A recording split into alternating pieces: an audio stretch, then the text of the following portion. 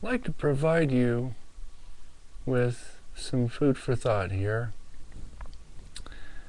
I'm Reverend William, and I'm going to read something from the Federal Constitution of the United States of America. It's from Article 1, Section 9, Number 8. It says, "No title of nobility shall be granted by the United States, and no person holding any office of profit or trust under them shall without the consent of Congress accept any present, emolument, office, or title of any kind whatever from any king, prince, or foreign state." Tell me something. Why do we call judges Your Honor? That sounds like a title of nobility, doesn't it? It used to be in the old days when the judge entered the courtroom with a King James Bible. That seems to me the only honor he ever had. And the people used to come up to the table or to the seat when they had to be a witness. They place their hand on the Bible, lift their other hand, and swear in and say, "So help me God." Well, that was the only honor he ever had. I don't even know anymore, from what I've ever seen, that they ever bring the Bible in the courtroom anymore. So that says to me, since they don't bring the Bible into the courtroom anymore, that the fella doesn't have any honor any longer. And it's just the robe that he wears that he thinks gives him honor. It's just a token kind of cloth thing. And to tell you the truth, there was a thing called the cloth of exchequer, which was when the checkered, which was black and red checkers, they used to spread that over a bench when people couldn't pay their rent and they couldn't pay it in coin.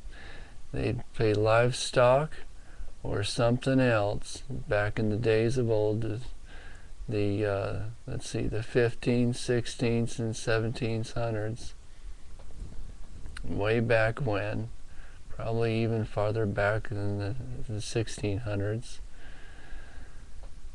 when they'd spread that cloth over, the sheriffs and the deputies used to collect livestock and coin and other things, food and whatever, and pay it up to the king. And that's what the cloth of exchequer was. And then after a while they just spread it over the bench. The cloth of exchequer was spread over the bench in a courtroom over controversies. And that's what I think. It just spread to a black robe. But I think, I have it in good authority, I'm not exactly sure, but if he was a real judge, I think he might be wearing a white robe instead of a black one. Don't quote me on this. But he's only supposed to be a referee, and he's not supposed to say if points of law apply or not. He's only supposed to rule in the case of overwhelming evidence. And there's quite a bit of more issues that I have, but these are just my opinions. So I've been studying history for quite a while, and I've been, studying Patrick Henry and Thomas Paine.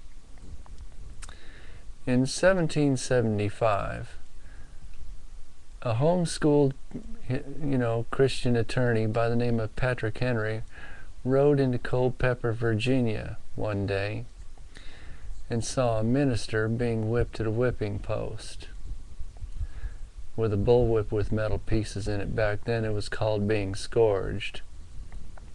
Patrick Henry was so shocked at what was happening to this man, because he could see his ribs exposed. He said, what did this man do to, receive such a beating? And he said, the onlooker said, scourged for not taking a license. Well, what the minister at the whipping post refused to do is take a license for speaking about his faith in public, which added up to freedom of speech, freedom of religion, and the free exercise thereof, and peaceably to assemble. Well, aside from the one minister at the whipping post, there were 11 others awaiting the same punishment. The one at the whipping post perished. And Patrick Henry realized the true value of a jury of your peers. So that was what the common jury of 12 was formed after, the 12 ministers. So actually the common jury of 12 is not so common, but you'll be lucky if you get 6 plus 1 in a jury nowadays, if you get one at all. A little bit of history from 1775 of Patrick Henry and the common jury of 12. So anyway, the Congress shall grant no the title of nobility by the United States, and no person holding any office of profit or trust under them shall, without the consent of Congress, accept any present, emolument, office, or title of any kind whatever from any king, prince, or foreign state. Imagine that, Your Honor. Food for thought. This is Reverend William, signing out.